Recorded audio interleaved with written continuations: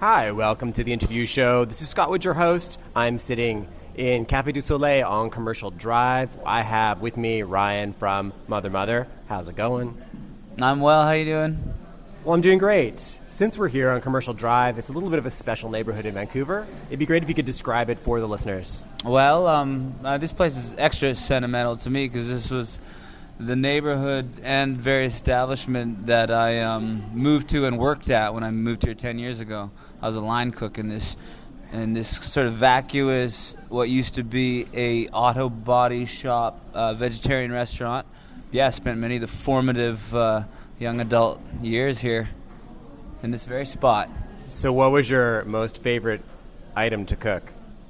Probably the easiest and fastest, maybe toast.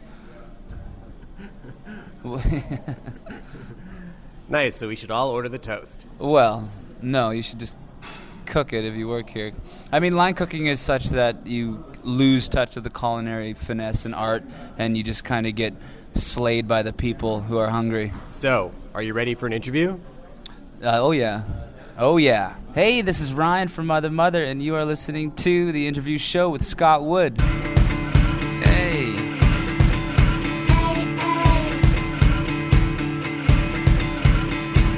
Tell me your weakness. Oh, I keep it a secret. Oh, come on, just one bite. Okay, it's vodka on ice, but then there's women on bikes. Oh, just the women who straddle. Oh, now you are a handful. I forgot about handfuls.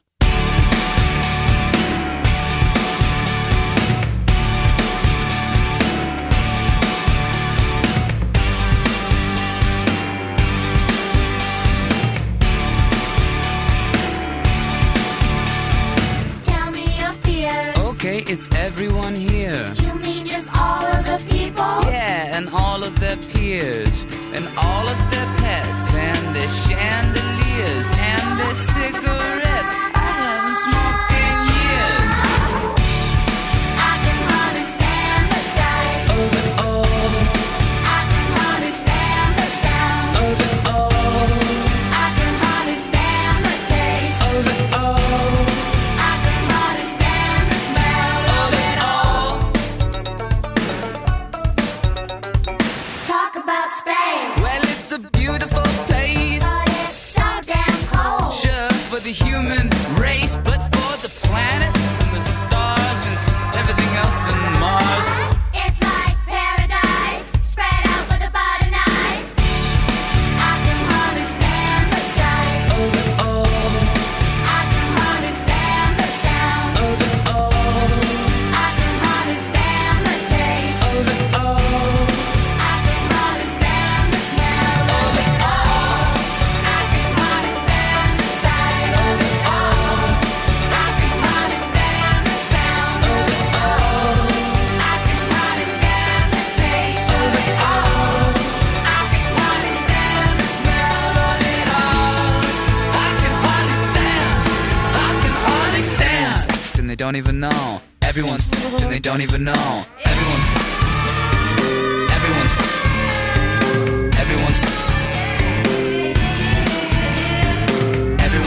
and they don't even know. Everyone's and they don't even know. They don't even know. They don't even know. I can understand the sight of it all. I can understand the sound of it all. I can understand the taste of it all. I can understand the smell of it all. I can understand. And they don't even know. Everyone's fucked and they don't even know.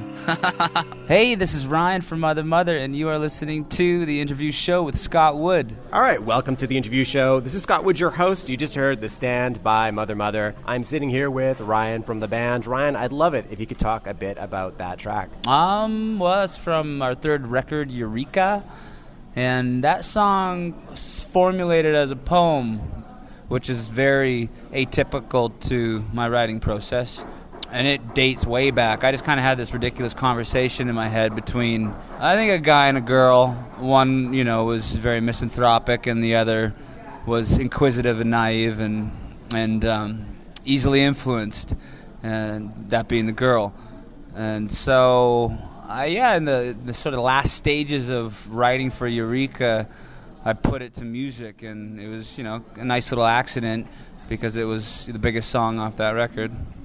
When you're on stage and you hear everybody scream back those last few words at you, what's that like? It's good. Yeah, I like reciprocity and interaction that doesn't involve clapping in the live performance realm. So when you look back at a big hit like that, or when you look back at what some might say is Mother Mother's biggest song, how do you feel about it 2 years later? I like it. I mean, you really let it go once you record it and let the people absorb and receive it as they do. Yeah, I mean, I have a really neutral, healthy relationship with all the previous work. Anything that I might have toiled about or created, tension in the band for any reason, that's long been dissipated just because it's over and it's on to new things. Right. Speaking of on to new things, the new record is called The Sticks. It's been called your darkest record yet. And I was hoping to get your reaction to people calling it so dark. I think that there's some truth to it, but there's also some misnomer quality to that as well, because there's some of the most chipper, crisp pop songs we've written on that record. And, like dating back to the very first record, Touch Up, I think there's some of the darkest stuff we've done on that very record. A song like Angry Sea or Little Hands, very dark. Oh, Anna. And so I think it's always been a staple of the band to create a kind of chiaroscuro landscape with the music. It's kind of extreme in the emotional palette and often dichotomous. There's a sort of a bleak tone set to chipper music. Meanwhile, the the sort of surface listener won't touch on that because they're just kind of letting it wash over them. But the lyrics have always been very dark and very, very human conditionally challenging and sort of assailing. You guys wrote this record, The Sticks, while you were touring the previous record, Eureka. So I was hoping you could talk about writing while touring, because a lot of bands don't want to do it. Well, there's something that really stuck with me a long time ago. My manager said to me, as I was kind of like worried or complaining about a dry spell, he said, man, songwriters write songs, so go write songs. And I've really stuck true to that. I don't discriminate, the time of day or the space in time or what's going on around me against the muse. It should always be something that you kind of are working on the relationship, like a marriage, You should always be serving this person or this force. And that's how I view the muse and the creative process. So I force it when it's not coming naturally, and when it's coming naturally, I find it bursts more like a floodgate because I forced it prior. So if you talk to a lot of other bands, the reason why they don't want to write on the road is because they find, or what they've said to me is, they find themselves writing songs that are about missing home, missing their loved ones, etc., etc. Well, I don't have that problem. I don't miss anybody when I'm on the road.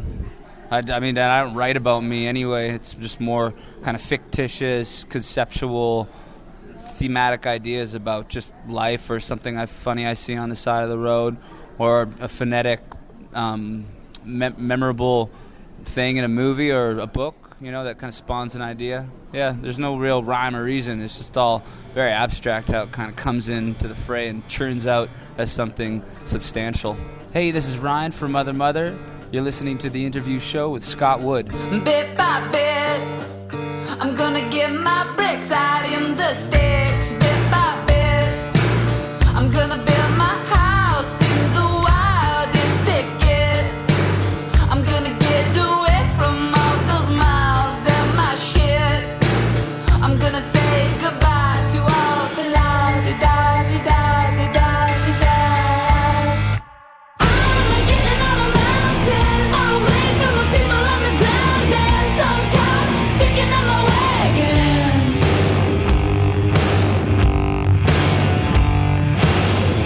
One by one, I'm gonna get my properties all bundled up to the branch of a poplar tree and saunter off with a buck and a wildebeest. We're getting lost,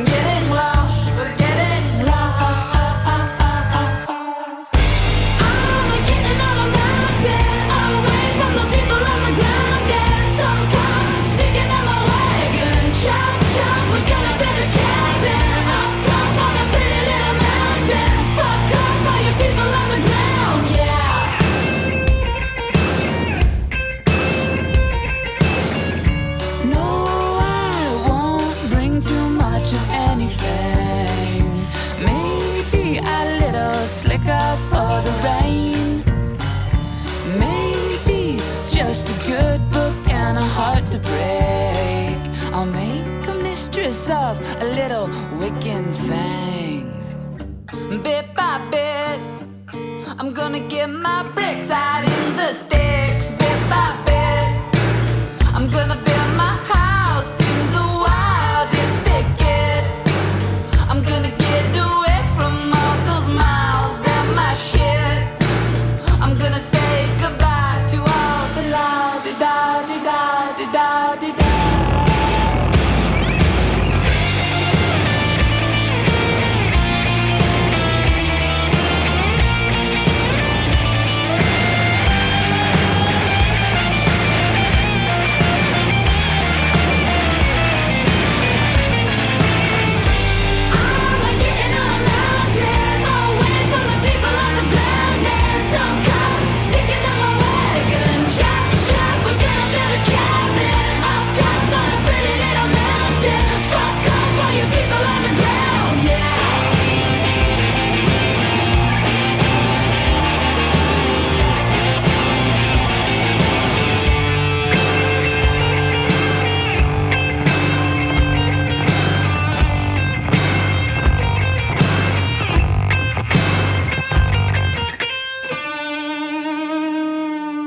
Hey, this is Ryan from Mother Mother, and you are listening to The Interview Show with Scott Wood. Welcome back to The Interview Show. This is Scott Wood, your host. You just heard Bit by Bit by Mother Mother off their record, The Sticks. I'm sitting here with Ryan from the band. I'd love it if you could talk a bit about this track. Bit by Bit. I think it's probably the most powerful track on the record. It's doing really well right now as a single, and it kind of encapsulates the message behind the record. This is probably the most anthemic and encouraging sentiment behind leaving your modern life for something more free and wild and organic. When was the last time in your personal life when things got to you and you were seriously considering saying, screw it, I'm going to move out to the boonies? Never. I mean, I grew up in the boonies, but I really like being in an urban setting where there's opportunities where you can take your music and you can share it and, grow successful in an artistic way. Can't really do that out there in the middle of the wilderness. Cool. So The Sticks has been called sort of a concept record. I was hoping you could start at the title and talk a little bit about what you're dealing with. The Sticks is the figurative term for a place of reclusion and isolation. I'm moving out into the sticks. You hear that all the time. And so the Sticks is more of like that soulful place of retreat that allows you to be calm and at peace and neutral when shit's kind of going haywire around you, or when people are freaking out, or when, your band's not doing good, or your girlfriend's screaming at you. Like, all this stuff that is just coming straight from a sort of heated, egocentric place. And how do you deal with that in those moments? You go to the Sticks and you light a little fire and you have some tea and you let all this bullshit just happen without you because you're too good for it. So you've said that the ethos behind this record was don't do more than enough, do barely enough. I was hoping you could explain what that means. Well, you always do more than enough in the studio because you're worried about, not being good enough. So you do 100 takes when, in fact, you probably got it on the first or second take. You kind of probably encapsulate the emotion that you meant to achieve in the song in those first takes. And so that was just kind of, the principle behind the record was not get lost in this false sense of perfection by doing too much and just doing, barely enough or too little and then assessing. If it's not right, well, then go back and do some more. But, 99% of the time we found that it was plenty enough. Cool. I'll throw another quote of yours at you. Every time I finish a record, I feel like I could have and should have done it a little bit in a better way. If you look back on this record, what would you have changed? Good question. Maybe I would have tried to spatially arrange the vocal harmonies a little more uniquely.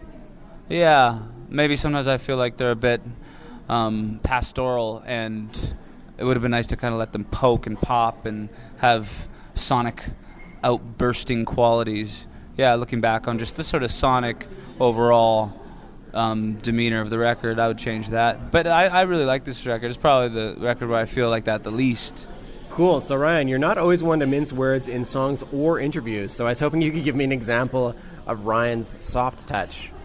Soft touch? By soft touch, I don't know if I have a soft touch. I mean, I don't really subscribe or propagate, being euphemistic in life. People just need to face honesty, because that's the truth. That's the finest virtue. So if I asked your girlfriend, what would she say to answer that question?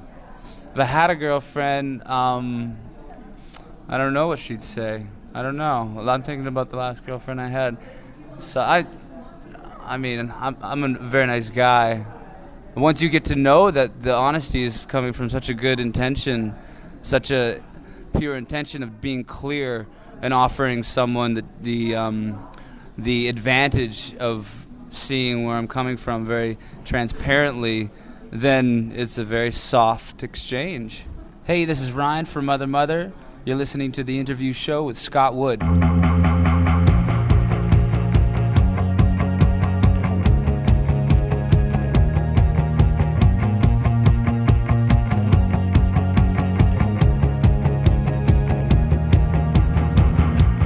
There's a game in the world, a little bit of cat and mouse with the boys and the girls.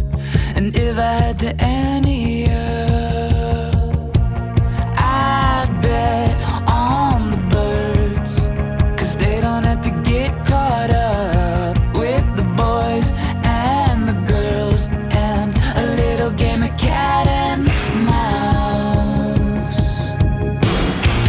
Mommy did it, Daddy did it, funny little monkeys in the zoo do it. Stupid does it, ugly do it, only the unlucky others get to do it. Let's fall in love.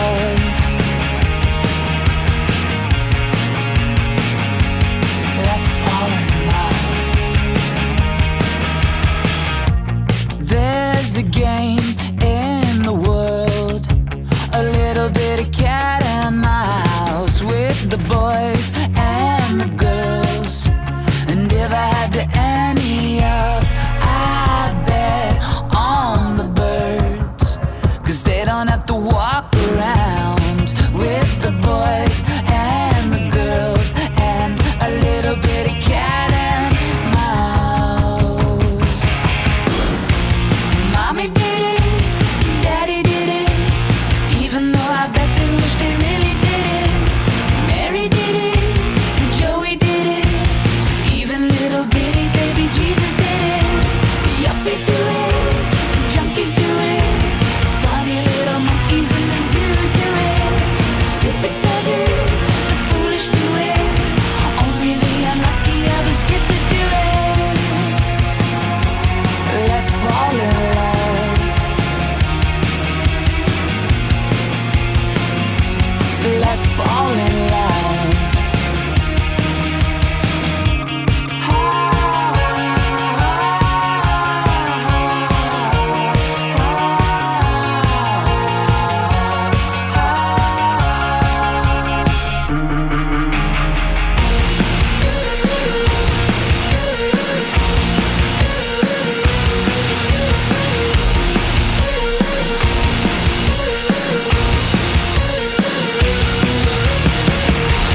Mommy did it, Daddy did it, funny little monkeys in the zoo do it. Stupid does it, ugly do it, only the unlucky others get to do it. Hey, this is Ryan from Mother Mother. You're listening to The Interview Show with Scott Wood. Welcome back to The Interview Show. This is Scott Wood, your host. You just heard Let's Fall in Love. That's off the record, The Sticks by Mother Mother. I'm sitting here across the table from Ryan from the band. I'd love it, Ryan, if you could talk a bit about this track. This one is being cited as an ode to Cole Porter, which was kind of a happy accident. Like the minute or the millisecond that chorus was written, it was like, okay, clearly this is an homage or just sheer plagiarism. But regardless, it was fun to, at that point, take that motif into kind of a cynical direction. A very successful track for us off the record, so happy it came into being. And if there was some sort of phantom Cole Porter derivative, then thank you, sir, because it's helped us along our way. I've heard that you've written TV jingles. Is that true? Yeah. So I wanted to pull out another quote from someone else about Mother Mother. So Mother Mother, they said that you guys, you're not quite pop, you're not quite indie, but you've built a devoted fan base without compromising your own sense of identity. So given that you've done work outside of Mother Mother, I was hoping you could talk about how that informs what Mother Mother's identity is. A weighty question, but people wouldn't necessarily expect the guy who sings in Mother Mother to be writing commercial jingles. Well, maybe they knew a little bit about me. I mean, I've been doing music and studied music and produced music and co-write. Music, to me, is a vast field of occupation. You know, as I sit here and look at the kitchen that I slang eggs at for 6 years, I'm really happy I found those other sources of income, those other platforms to branch out, because, you know, it's pretty near impossible to, support the livelihoods of 5 individuals in an up-and-coming indie band right off the hop. You know, now we're kind of in a groove where that's a little bit more feasible. And that's just the monetary sort of practical side of things. There's so much you can take away from doing a TV jingle, given the task of having to write with a set of parameters instead of just relying on your own instincts and your own likes and preferences. It's really quite a beautiful challenge. Like, okay, write a really happy song with happy lyrics with the word sunshine and, you know, in the key of G, whatever. Like, that's just good for the musical muscle as a musician. So I just regard all the opportunities outside of Mother Mother, or even within Mother Mother and in that vein, as something that can strengthen and provide scope to the craft. So where can I see that muscle being flexed on the sticks? Well, the sticks, like all of our records we don't confine to parameters. So you wouldn't. I mean, we do what we want. I write how I want from a pure, authentic, free place for the Mother Mother music. It's only if, you know, it's a gig, like for a TV jingle or for a co-write or for producing someone's record, where you need to kind of get inside the aesthetic of someone else's presentation or mentality. It's only then that you give yourself rules. With your own baby, like, you know, your passion project, you should have no rules. Ryan, thank you very much for sitting down and having coffee with me here at Cafe Deux Soleils. At the end of the show, I like to pick one track off their current record and talk about it. I thought that I would pick Happy because this is the end of the show, and maybe this song could give us a bit of a happy ending. So I'd love it if you could talk about that track, introduce it, stuff like that. Yeah, this one, Happy, it's actually one of my favorite songs off the record. I played it solo for many years, and we're always regarded it as a soloistic piece. But the band, you know, they heard it, and they liked it, and it just came to be a really good idea to put it on the record. And it's anything but happy. It's pretty bleak, so enjoy. All right, so we're going to listen to Happy by Mother Mother off their record, The Sticks. Ryan, thank you very much for being on the show.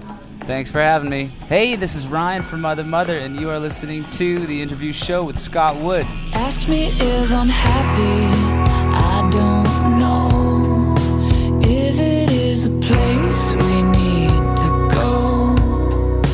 Ask me if I'm happy, I don't care. Maybe I'd be happy if you disappeared.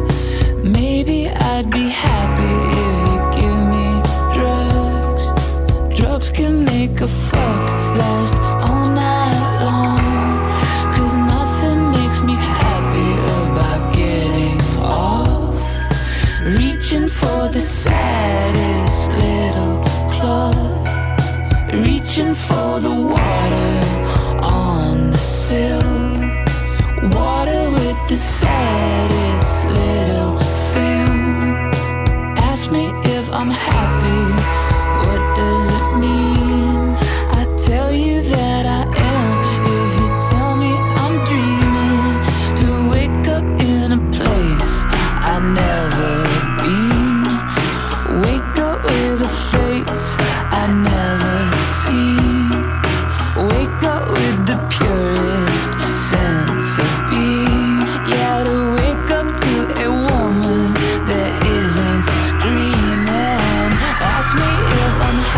me.